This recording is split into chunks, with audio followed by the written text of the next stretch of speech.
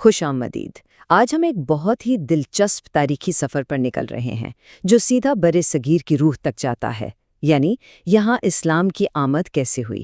اب دیکھیں، یہ کوئی سیدھی سادھی کہانی نہیں ہے، بلکہ یہ تجارت، تلوار اور تصوف کی تین بالکل الگ الگ لہروں کا ایک بڑا ہی پیچیدہ سنگم ہے، جس نے اس خطے کا نقشہ ہی ہمیشہ کے لیے بدل کر رکھ دیا۔ تو آئیے اس دلچسپ داستان کی پرتیں کھولتے ہیں۔ تو سب سے پہلا اور بڑا سوال یہی ہے کہ آخر بر صغیر، جو آج دنیا کے تقریباً 1/3 مسلمانوں کا گھر ہے، اس مقام تک پہنچا کیسے؟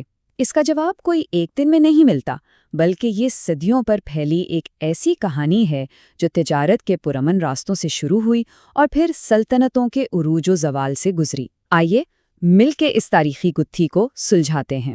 اچھا، تو کسی بھی نئی کہانی کو سمجھنے کے لیے پہلے اس کا پس منظر جاننا بہت ضروری ہوتا ہے۔ تو آئیے سب سے پہلے 8ویں صدی سے پہلے کے بر صغیر پر ایک نظر ڈالتے ہیں۔ آخر یہ کیسی سرزمین تھی جہاں اسلام کے بیج بوئے جانے والے تھے؟ دیکھیں، 8ویں صدی سے پہلے بر صغیر صرف کوئی زمین کا ٹکڑا نہیں تھا، بلکہ یہ تہذیبوں کا ایک گہوارہ تھا۔ یہاں ہندو مت کی ہزاروں سال پرانی روایات تھیں، بدھ مت کا فلسفہ گہرائی تک پھیلا ہوا تھا، اور اس کی بندرگاہیں وہ تو پوری دنیا کے لیے ایک مقناطیس کی طرح تھیں۔ مسالے، کپڑے اور نئے نئے خیالات، سب کچھ یہاں سے آ اور جا رہا تھا۔ یعنی ایک ایسا معاشرہ تھا جو پہلے سے ہی مختلف تہذیبوں اور خیالات کے لین دین کا عادی تھا۔ اور انہی تجارتی راستوں سے سمندر کی لہروں پر سوار ہو کر اسلام نے بر صغیر میں اپنا پہلا قدم رکھا۔ یاد رہے، یہ کوئی حملہ فوج نہیں تھی، یہ تاجروں کی پہلی لہر تھی۔ جو شروع کے عرب تاجر تھے وہ مغربی ساحلوں پر تلوار لے کر نہیں آئے، بلکہ اپنا سامان تجارت لے کر اترے۔ ان کا مقصد زمین پر قبضہ کرنا بالکل نہیں تھا، ان کا مقصد تھا منڈیوں تک پہنچنا۔ اور اس لین دین میں صرف چیزوں کا تبادلہ نہیں ہوا، بلکہ نئے عقائد اور خیالات بھی بڑے پرامن طریقے سے یہاں متعارف ہوئے، جس کی بنیاد باہمی احترام اور فائدے پر تھی۔ لیکن پھر کہانی میں ایک بہت بڑا موڑ آیا۔ سمندر کی پرامن لہروں کی جگہ شمال کے پہاڑوں سے گرد اڑاتی ہوئی فوجوں نے لے لی۔ اب بات تجارت کی نہیں، بلکہ طاقت کی تھی۔ یہ تھی دوسری لہر۔ اس پوری تبدیلی کو سمجھنے کے لیے ذرا اس ٹائم لائن پر نظر ڈالتے ہیں۔ دیکھیں، 3 بالکل الگ الگ دور ہیں۔ پہلا 8ویں صدی میں، جب ساحلوں پر عرب تاجر آئے۔ پھر کئی سو سال بعد 11ویں اور 12ویں صدی میں شمال سے ترک افواج نے فتوحات کا ایک سلسلہ شروع کیا، اور پھر 12ویں صدی کے بعد ایک تیسری بالکل مختلف روحانی لہر نے جنم لیا۔ یہ تینوں دور مل کر ہی تاریخ بناتے ہیں۔ تو ان دونوں لہروں میں فرق کیا تھا؟ زمین آسمان کا فرق تھا۔ ایک طرف تاجر تھے جو سمندر کے راستے آئے، ان کا مقصد تھا منافع کمانا، اور ان کا اثر بھی زیادہ تر ساحلی بستیوں تک ہی رہا۔ دوسری طرف تھے فاتحین جو زمین کے راستے آئے، ان کا مقصد تھا سیاسی طاقت حاصل کرنا، اور ان کے حملوں کے نتیجے میں یہاں بڑی بڑی سلطنتیں قائم ہوئیں۔ ایک کا راستہ معیشت سے گزرا تو دوسرے کا سیاست سے۔ اچھا، تو تجارت بھی ہو گئی اور فتح بھی۔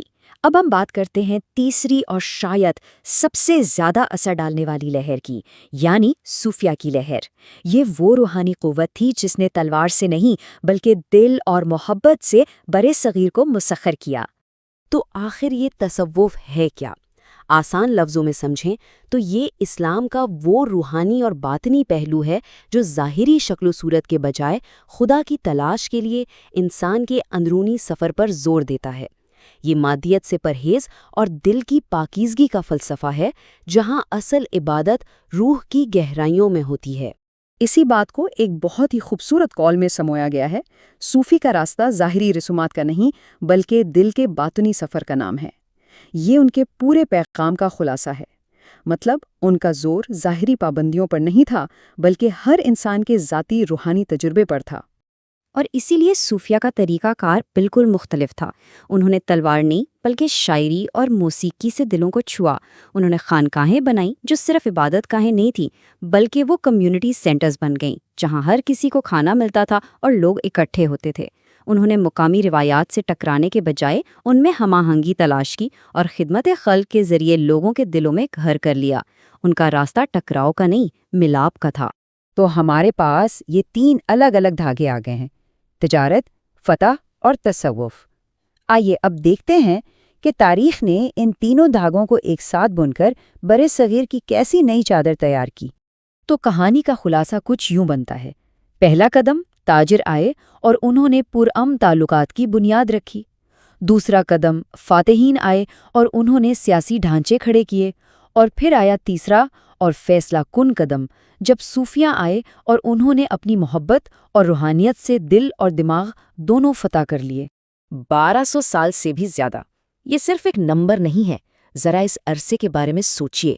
یہ برِ صغیر میں اسلام کی گہری اور مسلسل موجودگی کا ثبوت ہے۔ یہ کوئی چند سال کا واقعہ نہیں، بلکہ ایک ایسی داستان ہے جو نسل در نسل چلتی رہی ہے۔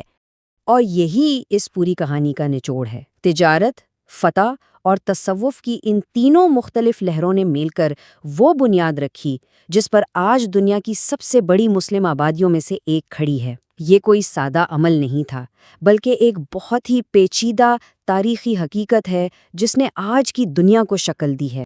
تو آخر میں یہ سوال رہ جاتا ہے، تجارت، فتح اور تصوف۔ جب ہم یہ سمجھتے ہیں کہ اسلام یہاں تک پہنچنے کے لیے ان تینوں مختلف راستوں سے گزرا، تو کیا اس سے تاریخ کو دیکھنے کا ہمارا نظریہ نہیں بدل جاتا؟ شاید اصل سبق یہی ہے کہ تاریخ کبھی بھی صرف سیاہ اور سفید نہیں ہوتی، اس کی اصل خوبصورتی تو اس کے ان گنت رنگوں میں ہی چھپی ہوئی ہے۔